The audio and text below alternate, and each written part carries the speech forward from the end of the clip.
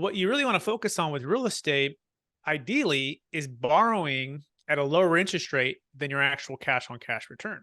Oh, right? yeah, absolutely. Mm-hmm. Or your cap rate, right? Because your cap rates are unleveraged rate of return.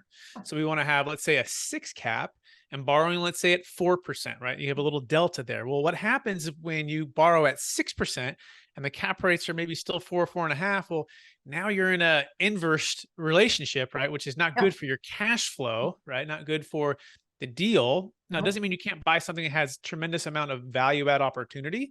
And then you can work with that. But that's the thing we're seeing right now. We're seeing very low inventory. We're still seeing sellers that are reluctant to give up on their pricing. They might just hold on to it. Yeah. We're seeing buyers in this panic to try to buy it for a 1031. So what you need is a freedom from the 1031 exchange, which is the deferred sales trust, where you can not only sell and save a failed 1031 exchange, but you can sell and not even using it at all. We can rescue a failed or just put the money into this trust. I am Christina Suter, and this is the Real Estate Breakthrough Show, where we talk about the reality of real estate, the mindset you need in order to face the reality of what it is, and tips and tricks to get you moving forward in investing. I am your host, Christina Suter. I've got Brett Swarts here with me to talk about this. Tell me, it's capital gains tax solutions. I know that's your thing, but here's the thing I want to talk about. Really just get straight to, you're an expert in DSTs, and DSTs is, go, you tell us. It's a deferred sales trust. It's not a Delaware statutory trust. It's not a 1031 exchange, but it accomplishes a lot of the same, a similar things, such as tax deferral, but it provides so much more freedom, so much more flexibility. It is the Netflix to exit planning versus the old blockbuster 1031, CRTs, opportunity zones, traditional installment sales. Those are all blockbuster, kind of really inflexible and don't necessarily give you the freedoms you want. Whereas the deferred sales trust gives you so many freedoms. And we can talk about, by the way, the eight freedoms that it gives to you that creates the transformational exit plan. That's perfect, because that's exactly where I want to go. And then I want to compare it to the 1031 exchange. And then I want to go through, well, what do you do once it's in it? So let's start with the 8 freedoms. I mean, normally you and I would do a setup, but we're just rolling right into it because, Brett, we know each other from before. We've been on a panel together before. We've done a mini podcast before focused on education, financial education in kids, which I loved.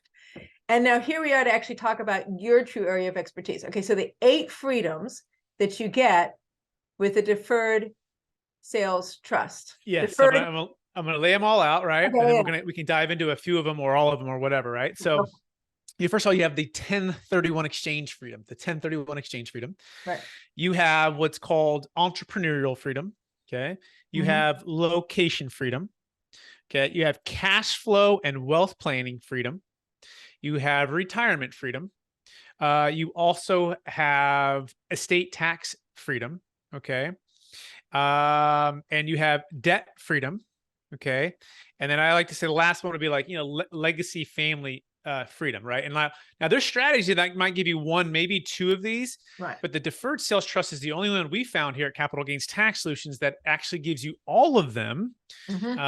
Some people only need 1 or 2 of these, by the way, to create the transformation. But when you start to stack these, it's like a value stack, right? You start to stack all of these, you're like, wow, any one of them are like pretty cool. But when you add them all together and you know how to unlock it, then it creates the transformation. So I want you to go a little deeper into that. Like, let's just take a moment and compare the freedoms you get from this and versus the 1031 exchange. I've done 1031 exchanges. People ask me all the time, do you suggest a 1031 exchange? I'm like, under the right conditions, because it's a pain in the backside to try to meet the timelines of 45 days, identifying 180 days closing escrow. And oh, by the way, it forces you into a lateral move. It doesn't allow you to move from the top of the market to the bottom of the market. You either are going from top to top or bottom to bottom, which means it doesn't actually allow you to preserve gains realized if you're doing bottom to bottom, that maybe you've lost 3 years, 4 years worth of gains because now you have to move in that time period. So it's useful. It's a good tax shelter, but it forces you into a timeline in response to the market you may not want to be involved in. So I'm like, yeah, I'd bust a 1031 exchange if it isn't going to work for you. So now take it from there. I tried to lay you up there. Yeah. So it's a sell high, buy low. We call that the shotgun wedding, and our parents taught us to sell high and buy low, not sell high and buy higher 180 days later. Especially right now, current market conditions, you're seeing interest rates go from about 3.5 to about 6.5. Like it's crazy, right? In the last 90 days, it's a little more longer than that, but it's really intense. So if let's say you sold and you're in your 45-day right now, well, 40 days ago, interest rates were lower, and another 40 days, you're still waiting to close. You could be a point or two higher than when you sold. And so what you really want to focus on with real estate, ideally, is borrowing at a lower interest rate than your actual cash on cash return. Oh, right? Yeah, absolutely. Or your cap rate, right? Because your cap rate's your unleveraged rate of return. So we want to have, let's say, a 6 cap and borrowing, let's say, at 4%, right? You have a little delta there. Well, what happens when you borrow at 6% and the cap rates are maybe still 4.5? Well, now you're in a inverse relationship, right? Which is not good for your cash flow, right? Not good for the deal. Now, it doesn't mean you can't buy something that has tremendous amount of value add opportunity, and then you can work with that. But that's the thing we're seeing right now. We're seeing very low inventory. We're still seeing sellers that are reluctant to give up on their pricing. They might just hold on to it. We're seeing buyers in this panic to try to buy it for a 1031. So what you need is a freedom from the 1031 exchange, which is the deferred sales trust, where you can not only sell and save a failed 1031 exchange, but you can sell and not even using it at all. We can rescue a failed or just put the money into this trust. Now, this trust, think of it like a long-term 1031. The funds sit there, and when it's sitting there, it's owing you money, right? So you're earning interest on that, because what you're doing is actually loaning these funds to this trust in exchange for a promissory note. You became the bank. So at a 1031, it's a continuity strategy where you're trading ownership for ownership. You're trading, right? In this scenario, you're giving up ownership of the asset in exchange for a promissory note. But enter this next phase right here. You can buy at optimal timing. And this kind of leads into the second part of the wealth plan for the DST, is that it gives you optimal timing, basically wealth plan freedom. What does that mean? Well, that means if and when a deal makes sense for you, you can form an LLC and become an owner again, because we always want to be owners, right? We want to be entrepreneurs. We want to be owners. We want to be building wealth and ownership. And the trust becomes that silent joint venture partner. It's kind of like that rich uncle, Christina, that puts up the money and you do the work, right? Yeah, right. But it gives you a decent deal on the interest rate. So this trust that owes you the money is kind of like that rich uncle that puts the money up for the deal, and you can buy and own and develop, which leads into the third freedom, which is entrepreneurial freedom. But I'm going to pause there, Christina, because I know I don't want to go too many layers until we make sure we clarify the first two. No, that's good. I think it's important that people understand how it works.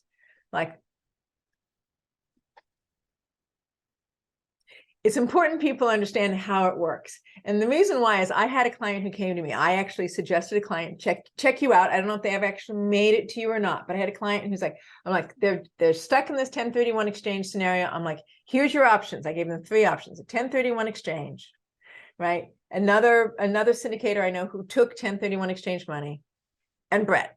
Those were the 3 options. Right? And I said, go check out Brett, because I think that's really a good choice. And what they were left with, the question they were left with was, okay, so I take my money out of this building I sell. I move it into this deferred sales trust.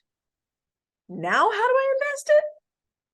Like, that was their gap. That was their hole. And I'm like, well, it gives you so much freedom to be able to choose what you're going to invest in, almost as if it was in a bank account that you have control over, or an IRA, because an IRAs have like legal guidelines around it, right? The deferred sales trust has boundaries around it, but it still allows you, like you said, the rich uncle, right? It still gives you access to what you have and choices, which is freedom, which is so important for us as investors and entrepreneurs, the freedom to invest in something, but there's a thing that has to happen there. So go through that thing. Absolutely. And by the way, what you're calling that is the investment class freedom, right? So in a 1031 exchange, you got to trade like kind investment property for like kind investment property, whereas the deferred sales trust, there's no like kind requirement. So the money can be invested into stocks, bonds, mutual funds, hard money lending, ground up real estate development, passive or active real estate deals, cryptocurrency.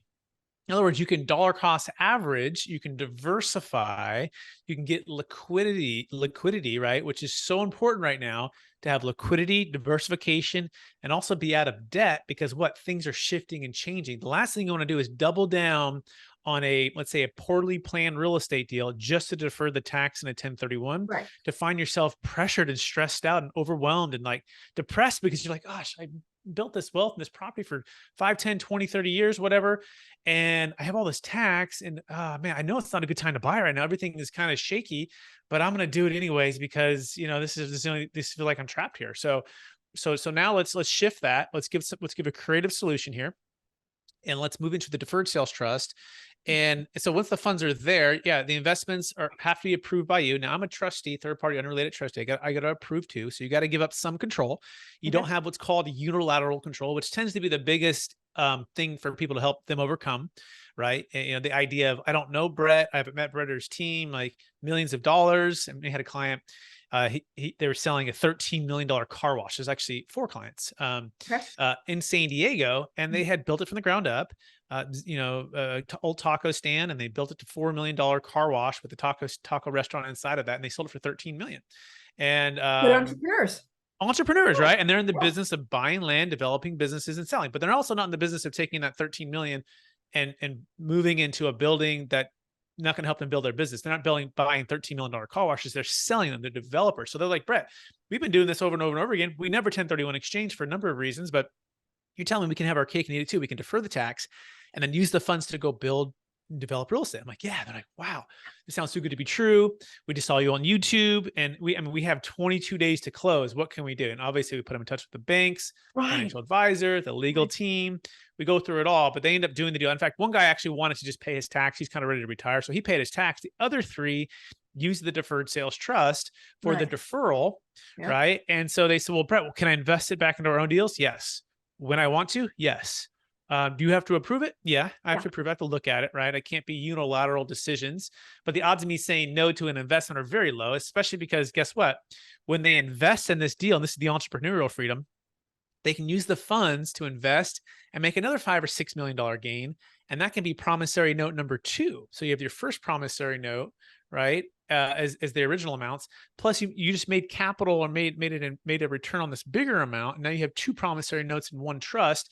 Now each of these trusts are set up for each of their partners, each partner. So it's not like it's commingled. So I'll pause there. I know I said a whole lot, but hopefully that's answering the question. I don't want you to pause. I want you to pause because what you're describing to me is this, and I don't want you to pause. Maybe my listeners want you to pause, but I don't want you to pause because you're answering my question. But the question is, I give it to you. Okay, so I have to trust you as a trustee. Okay, I have trustees on other things as well. Not a big deal. I know I need to trust other professionals. I happen to know, like, and trust you, Brett, because I've seen you in the community. I've seen you've been around for years. I've been on a panel with you. I've moderated a panel you were on. So I've had a chance to do that. So it's an easy thing for me to get over, to go, yeah, Brett and I are going to make decisions together. Cool, no problem. I do that all the time with other professionals in my field and in my world. Now, I invest in something else and I make more money. Nice. So what you're telling me is I do this deferred sales trust. I've got my original note in there, which I'm using as cash, collateral, whatever, to be able to do my next investment, ground up development, or buying a shopping center. I don't like shopping centers, but some people do. Maybe buying a multi-unit, which I love. So you can do something with it. Now, I'm going to sell that again, and I've just made another 5 million. Walk me forward from there. Excellent. So let's take the scenario. Let's make it really simple. Let's say you did the first deal was $10 million deal. Yep. And of that 10 million, let's say you put 3 million for their development project, and now you're selling it for another $10 million gain, right? So we'll keep it really simple. Okay. So that original 10 million was the promissory note. 3 million went into an LLC over here. Okay. And that 3 million now turned into 10 million. Now of that upside, or turned into 13, of the upside of another 10 million, you can get a second promissory note. So let's just say that's 7 million after you paid the trust back plus the pref return, right? Let's say it was as simple as that, right? So you had the first note at 10 million, the second one basically at 7 million. Okay. Now you got a total of $17 million that's owed to you, 1 trust, 2 promissory notes. So the question is, A, what's my gain? B, what's my tax? C, what am I trying to accomplish, right? Where am I trying to go? Well, I'm trying to develop projects and properties, right? Not 1031. Excellent. And then how's the deferred sales trust, like in a Rubik's Cube? How are we going to move it around for your particular circumstance to try to get congruency, right? Congruency could be time freedom, could be location freedom, it could be ground up development, real estate freedom, right? And what you'll quickly learn, it's not just the the actual like, IRS tax code, which is IRC 453, which is an installment sale. And then we couple it with the trust, which is the deferred sales trust. Okay. It's actually the team of professionals to execute it. And you said it very well. You said that I trust myself with other professionals, escrow, financial advisors. And by the way, we also have third-party financial advisors, third-party banks, third-party tax attorney, CPAs that do the books for the tax return. We have all these different parties that actually provide transparency and accountability and all of those things. But the point is, how do we all work together as a team to execute the strategy to accomplish what you're trying to accomplish? Because you're the hero of the story. You're the one making the wealth, doing the deals. You just have to know how to unlock, the strategy that gives you these more freedoms. Yes. Okay. So now I have 17 million sitting with you could say, as my fiduciary. The trust. And by the way, it's not commingled with other accounts.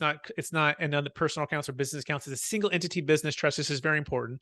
That only does business with you, Christina. And if you're married, your husband, just you two, right? That's it. It won't do business with anybody else, and it's never commingled, and the funds will never move without your signature or approval. But yes, keep going. Okay, no, it's good, because this is exactly all the little nuances that people want to know about that would make them hesitant, right? That made my client hesitant when they came back and they were like, well, I looked at some of the videos, but I don't know. I really like, I'm like, okay. So they ended up not doing a 1031 exchange, anything. They just ended up taking the tax hit because they had enough tax shelter to be able to just take the tax hit. Okay, cool. That's perfect for them, but they should still know about the vehicle. So I now have $17 million inside of this enclosed box, just like an IVA, just like any other enclosed entity box. Now, what do I do if I've decided I'm ready to retire and I want to start taking cash out? Great question. So we can customize the trust to pay you based upon your needs and your wants. It's your money. How do you want to receive it? And we just schedule payments. So to keep it simple, imagine it's a house and you owe the money to the bank and you borrowed $1 million from the bank at 4% with interest-only payments. What do? You pay the 4% interest-only payments every single year. Well, this is exactly what's happened. You became the bank, you loan the money to the trust, and the trust could say pay you that 4%. Now, we typically have 5 to 8% return net of fees over any given period of time. Not a guarantee, not a promise. I mean, it's a promise to pay, but it's not a guarantee that it's going to happen. We got to go make the investments to make the return, right? But we've been able to achieve that so far. It's pretty good on any 10-year kind of horizon. Okay, so you start just taking payments. Now on those payments, you just get a direct deposit to your account and you pay ordinary income tax on that interest that you've received. So let's say it's 10 million and you're taking $500,000 of payments. That 500,000 would be ordinary income tax. And so you could also think of it like a delayed tax trust. Yes. You can also kind of think of this like an IRA. Like, what are you doing with an IRA? Well, if you put 10 million into an IRA, right, it's in a deferral state and it's growing tax deferred until you start taking distributions, and then you'll get a 1099 and you report that to your CPA. Simple, right? You're like, oh, that's good. I just pay tax on that. Now let's imagine you had some depreciation over here. Well, that depreciation might offset some of that cash flow. So that's the part where we do some tax flow engineering with you. You work with Christina to find maybe some multifamily syndications or some multifamily deals, and you guys partner up together. By the way, the trust can partner with other partners like Christina, who are finding the deals, actively doing the deals, all of that. Now, wow, now we're working this into a way where, again, what are they trying to achieve? What are you trying to do? What is your B, right? What's your ideal wealth plan and time and energy plan? How do we hire the team to help you get there? Okay, so bottom line, I pay tax when it comes out. I don't pay tax as it grows, as long as I keep it in the box.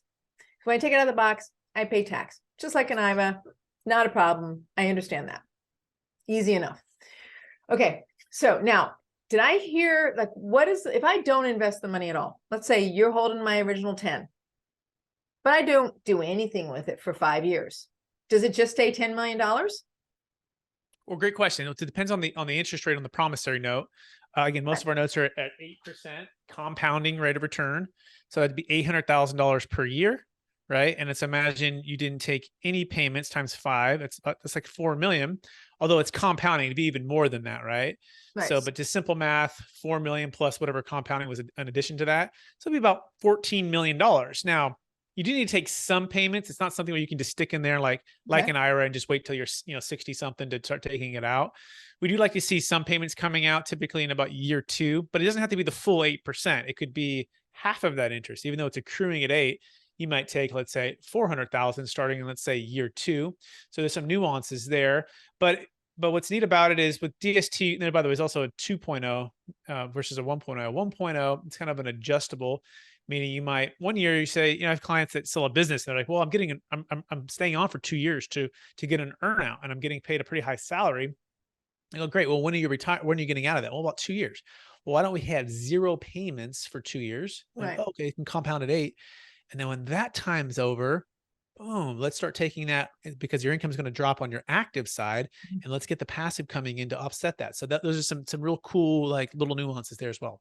No, I love that you get to play with it and define it. I mean, it is, to me, it's a magical box that's almost so magical. I can understand why people don't believe it, right? Which is part of why when I got the email saying, hey, can you have Brett on your show? And I'm like, yeah, I don't know. Remember, I sent you an email going, why didn't I have you on my show sooner? Like, explain this to me, right? Because it is this sort of magical box that people are constantly searching for a solution. I have maybe 5, 6, 8 times a year. I have clients go, so now what am I going to do in the blah, blah, blah? Is it a 1030? I'm asked this question on a regular basis from my clients and from my meeting members. And let me give you one story, maybe 2 if we have time, about how to overcome what you're probably feeling or thinking right now, which is, man, this sounds amazing, Brett, but it does sound like a magical fairy tale, a magical box. Like, you're probably very smart, sophisticated, and you've earned a lot, or at least your professionals are helping you do the tax stuff. And you're like, I'm shocked. I've been doing this for I hear this every single day, 5, 10, 20, 30 years, some of the best in the business. I have clients that are multi-million-dollar clients. We're moving towards those that are billionaire clients. And they're saying, Brett, how have we not heard of this? It sounds too good to be true. And let me just tell you one story. And by the way, people don't overcome I call it a false belief or a myth with just logic. Although there's been thousands of closes, billions under management, 26 years of the deferred sales trust, over 20 no change IRS audits, all the track record's perfect, all the analytical stuff, all the logic stuff I can tell you.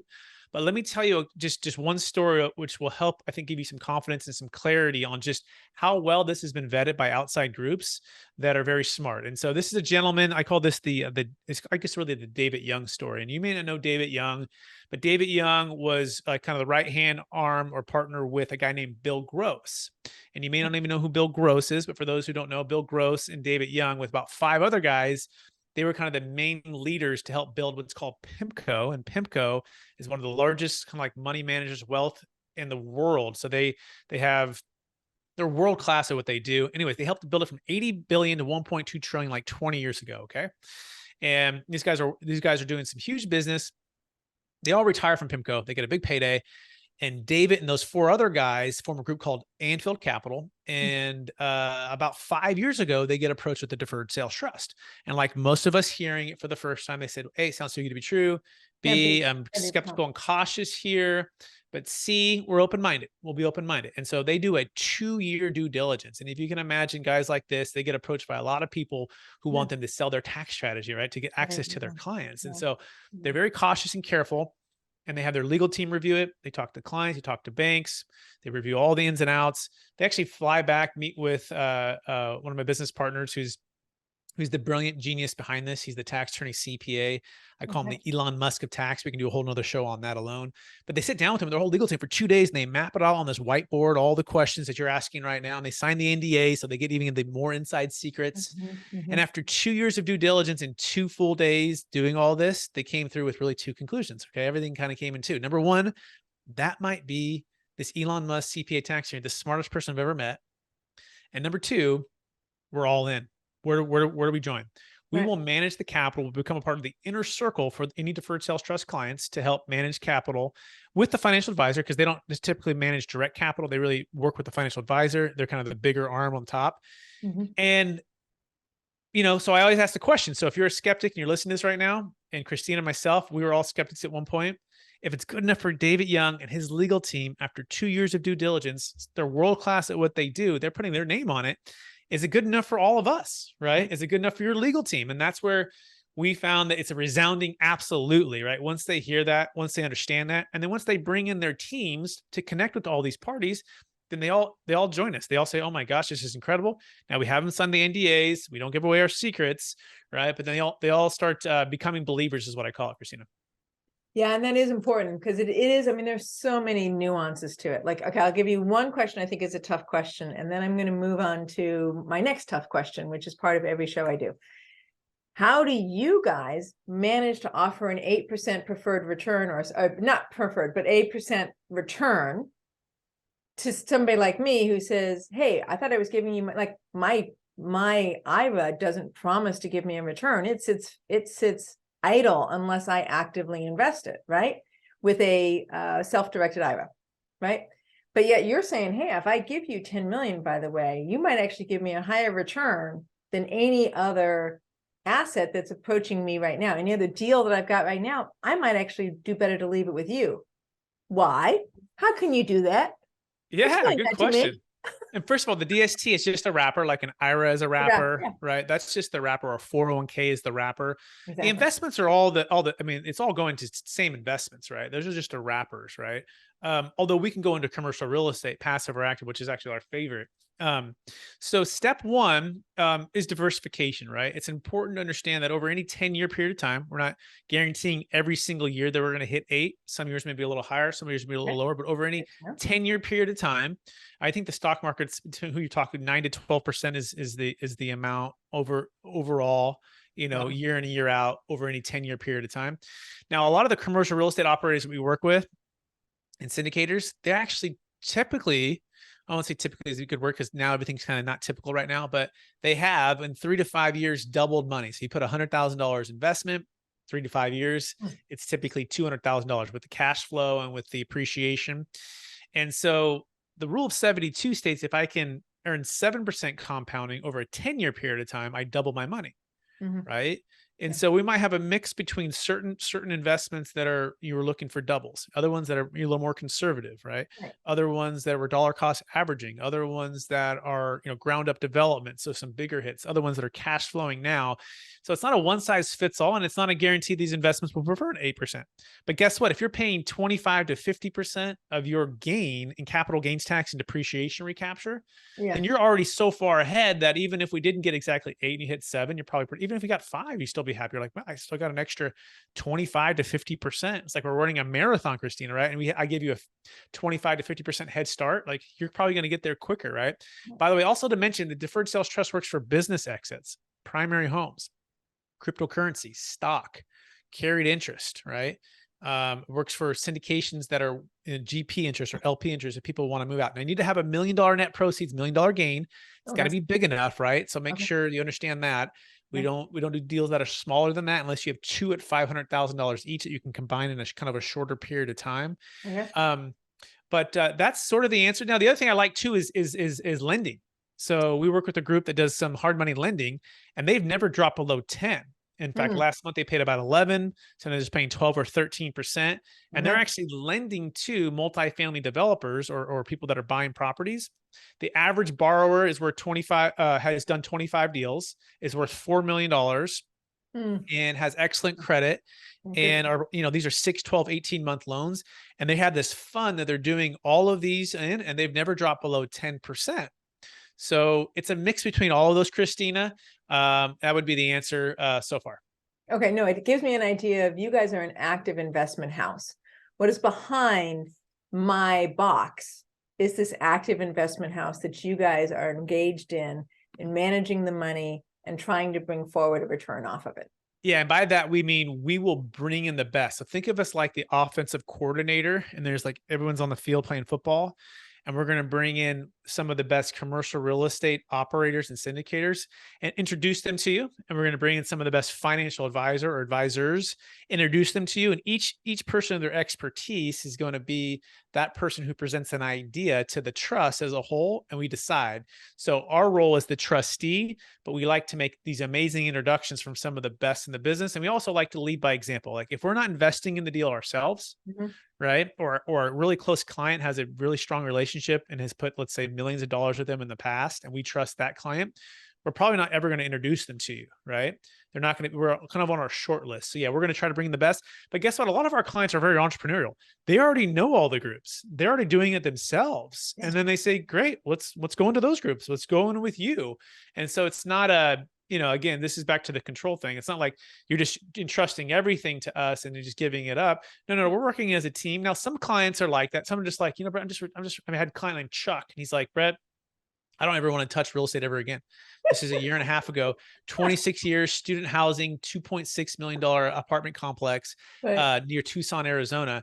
Yeah. And he's like, just put me in the biggest S&P 500 companies in the world. And if those 500 companies fail, hey, I fail, but I don't want to pay the tax and I just want to retire. I don't want to think about real estate ever again. Other ones are like, I loathe the stock market, only put me into real estate. That's right. And so we're going to try to really find a fine-tuned, plan for them, what they like. We do need to keep about 20% liquid, right? Okay. Investment grade securities typically on those amounts. Okay. So there are a little bit of some guardrails there, but hopefully that answers your question.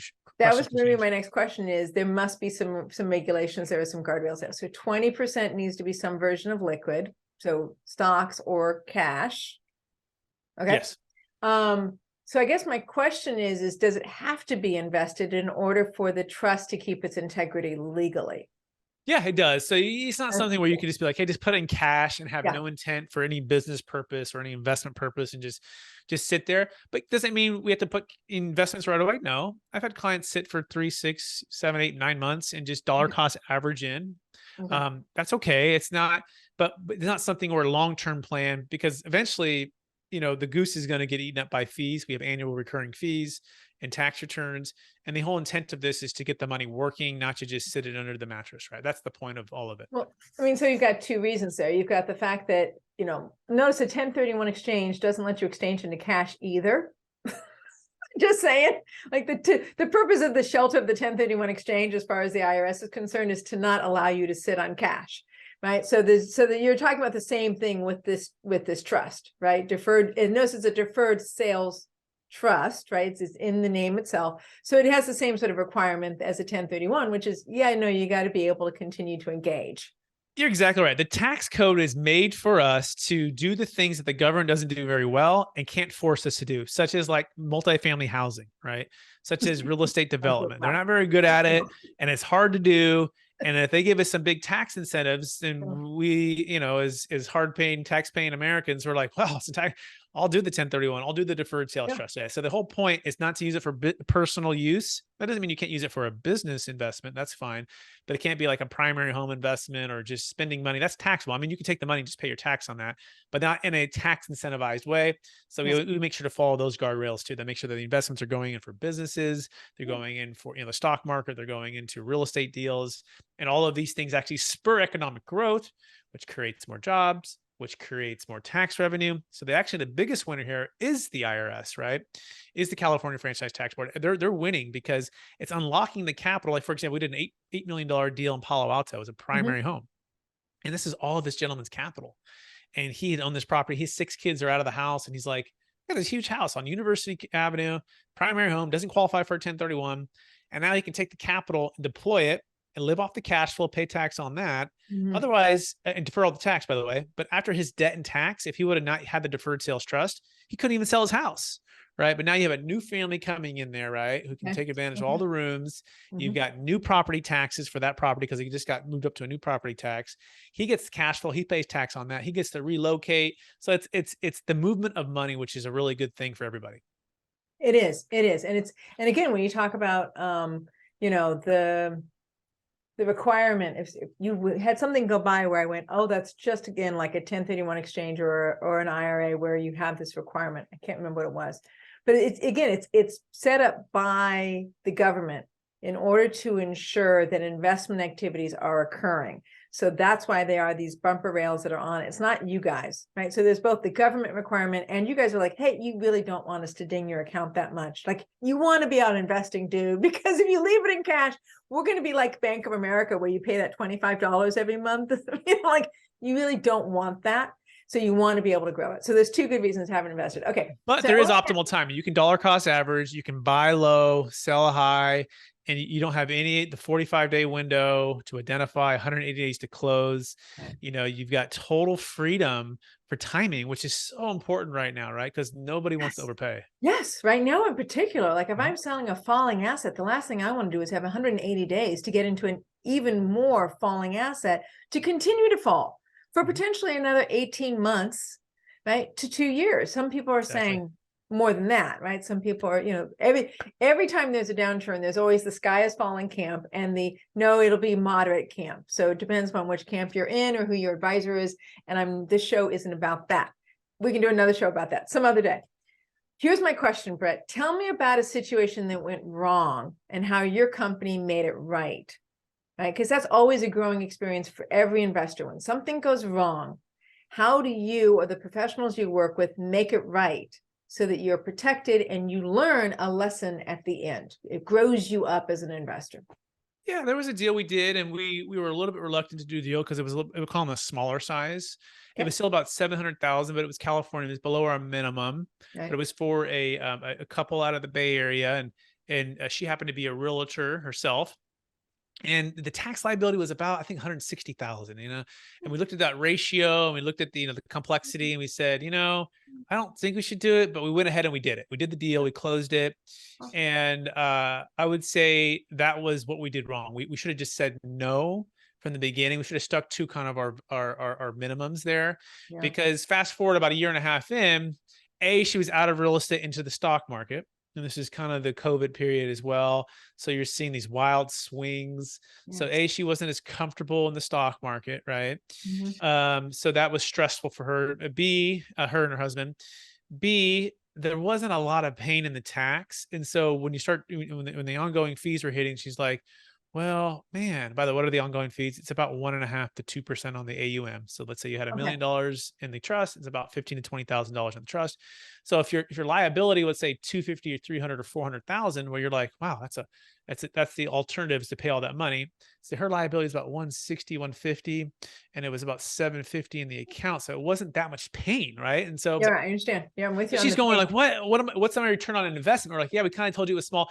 Anyways, it just basically led to all these things kind of led to, let's say, a poor experience for her. Mm-hmm. Now, how we made it right was she wanted to get out, and we're like, no problem, we can get you out. But how do we do strategic about this? Over the next 30 days, we think the market's going to be at a certain point, and we think we can probably basically help you break even from what you came in at, And so she said, okay, I think that's good. And so we worked with the financial advisor to time it, to kind of basically dollar cost average out, and essentially be able to close out the trust.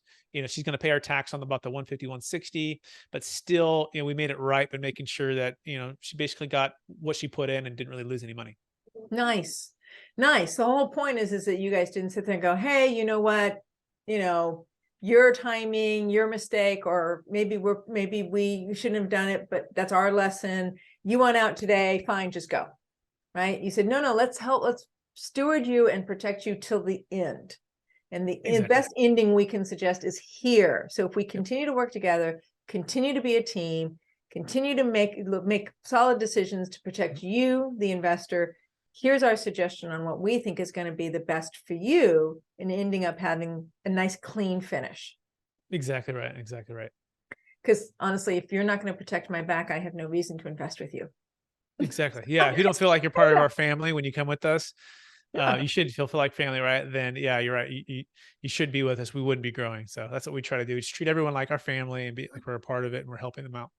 Yeah. And it's why it's easy for me to say, yeah, Brett should be on my show. Because a lot of the people who watch my show know I have this thing about needs to be of character, needs to be of integrity. They need to be watching your back, because if that ain't your stick, then I shouldn't be sending my clients to you, or I shouldn't be sending my meeting members to you, or I shouldn't be sending people who are watching my show to you. So exactly. I try very hard to kind of have a sense of due diligence, and I don't do a full due diligence on all my speakers, but I could.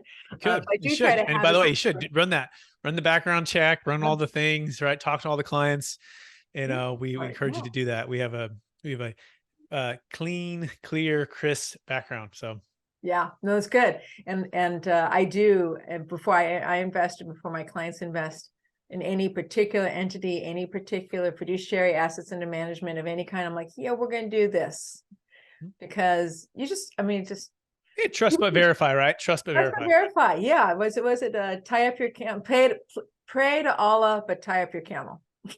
Something that a friend of mine used to say, pray to Allah, but still tie up your camel.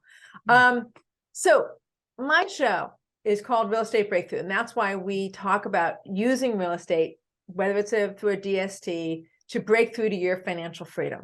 So we've talked about your DST. We've talked about something went wrong, which grows us all up as investors, right? Whether it's your fiduciary or whether you're an investor.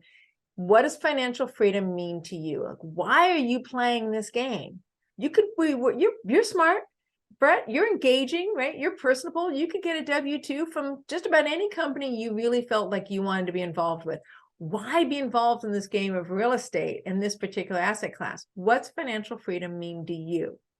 Yeah, I believe we've all been given certain gifts in this life, and these gifts have been given to us by God to be a blessing and help to others. Yes. And to the extent that we're using and developing and serving with those gifts, makes us come alive and helps us to be fulfilled and helps us to make a difference in this world. And so somebody came up with this, but I kind of call it the success formula or fulfillment formula, which is, first of all, understanding what your gifts are, what your best strengths on, what's the kind of unique thing that you were given, times maximizing the potential of that. So really working on that, developing that. It would be like a Steph Curry, and he found out he was an amazing basketball player. And so he just developed, and it's shooting in particular, he niched down, I'm going to be the best shooter in the world. And he just kept developing that. Right. And then number 3 is, how do I make the most impact as many people as I can? Right. And then you divide that, or not divide that, but just even times that by a bigger purpose in life. And that bigger purpose is, bringing glory to God, right? With all of that, helping other people. And that, once you're doing all of those, if you get all of those lined up, boom, that equals success and fulfillment. You come alive, you get energy, all of those things are together. And then of course, time with family, time with, being able to enjoy your energy. I have young kids, so spending time with my family, especially when they're still young. We just went to Hawaii for 17 days, and I was able to work half the time and play half the time. And so all of those cool things where you're not necessarily tied to those schedules. We also homeschool our kids, and so that helps us to be able to go on the off season. We're recording this in October when nobody was in Hawaii, or at least less people were, versus the holiday season. So those are all the things that kind of come to mind. Yeah. I love your answer, Brett, but I was going to love your answer, because we've had conversations before about children and the quality and ethics of trying to raise your kids and being really engaged and trying to make the next generation a better human being than maybe we are ourselves, and preparing them for really engaging and making a difference on this planet. And that's what I hope to do. That's what you hope to do. That's what is satisfying and fulfilling to us as human beings. I remember I was standing outside a door one time of my meeting, and I had a pretty good, it wasn't a big name person on the stage, but a pretty good name person was on the stage. And this lady must not have known that I was running the meeting, because I started walking up to the door, and she's like, "Why do you think that person's presenting up there? Why is that guy up there?" And I went, "Okay, I don't know. Why? Tell me more about why you're asking the question." She's like, "If that guy's so blooming rich, then why is he bothering to be up on that stage and talking to all of us people? I don't get it. He must not be that rich." And I went, Now, in that moment, I was remembering there's a quote by Jerry Lewis, who does all the work with the children, right? And he said, he was on being interviewed, and this guy asked him, "So why do you do all the work with the children?" And he said, "You know what? If you're asking me that question, that probably means you're not going to understand the answer. The answer is because it's fulfilling, because it's satisfying, because helping other people do better in their world, regardless of our net worth, is one of the most satisfying and fulfilling things I know I get to do on this planet. Raising my kid is right next to it, just saying, but just like, those are my like highlights of my day, right? When somebody, I had this one guy came to my meeting, and he's like, "I'm working on ADU and my baby won't sleep." And I'm like, "Okay, let's talk about both of those," because babies and, children and real estate are my 2 gigs, right? So, and like the next meeting, he's like, "Guess what? I worked on that ADU, and by the way, the baby's sleeping better." And I'm like, yes. That was I love it. It's so true, right? It's so true. And we got to constantly remind ourselves of those more eternal things, right? Versus just external, right? The external answer is, yeah, if he had all the money, he wouldn't need to be here. But well, that's if you're just living for this life, right? But if you're living for the internal stuff, right? The things that bring true fulfillment and memories and lasting legacy and make a difference in people's lives, that completely shifts. Of course, the money is just a temporary thing that's a tool, right? But Yeah. the external, no, I'm sorry, and that's external, but the internal and the eternal things are the things that bring the most fulfillment and will have the most legacy. And yeah, but those we can all at times forget about those things. We got to make sure we remind ourselves of what we're working for. Oh yeah. No, I agree. There are mornings when I wake up and I go, I don't want to today. And I'm like, well, but we're going to anyway. It's like, okay, fine. Brett, you're awesome. Thank you so much for the time. If people want to get a hold of you because they either want to ask you more hard questions about the deferred sales trust, or if they actually want to invest money with you, there we go. Talk to me. Yeah. So first of all, check out my new book, and I would so appreciate the opportunity to have you buy a copy, right? All right. Because it gives you an opportunity to get kind of the inside secrets, to actually hear my entire story. And I have amazing people in here like David Young, the guy I told you about before, and tell his entire story. People like some expert commercial real estate syndicators that are in here as well. And then people like Kevin Harrington from Shark Tank, who's in the book. So they always say get in the room with really smart people. So I brought a lot of really smart people in the book. I have a couple of my chapters as well. But I want you to read Building a Tax Deferred Exit Strategy. We call it the proven playbook for unlocking your ideal wealth plan when selling assets of any kind for yourself or for your clients. So whether you're a business professional, a real estate agent, a cryptocurrency expert, financial advisor, CPA, M&A advisor, you want to get the book because you want to know how to unlock it for your clients, or you are the client, you're the client themselves, the person selling the assets and want to defer the tax. You want to check that out. All of that can be found by going to capitalgainstaxsolutions.com. You can also go to my YouTube channel, Capital Gains Tax Solutions. Check out my podcast, Capital Gains Tax Solutions. Find me on Instagram, search Brett Swarts, or LinkedIn, Brett Swarts. Okay. And if they actually want to reach you directly, is that also Brett at? Yeah, Brett at capitalgainstaxsolutions.com. You can email me there as well. Yeah, and you can book a time, free, no cost consultation by going to my website, capitalgainstaxsolutions.com. If you can apply, right? $1 million net proceeds, $1 million gain per transaction, unless you have two at 500 each. So you can check it out all there, and we have the free ebook there as well. So if you want to get the shorter version of just an ebook, you can check that out. Brett, you're awesome. Thank you so very much. This is Christina Suter on Real Estate Breakthrough. Thank you so much. Tune in, I think, in 2 weeks for the next show, and have a wonderful rest of your week. Bye, everybody.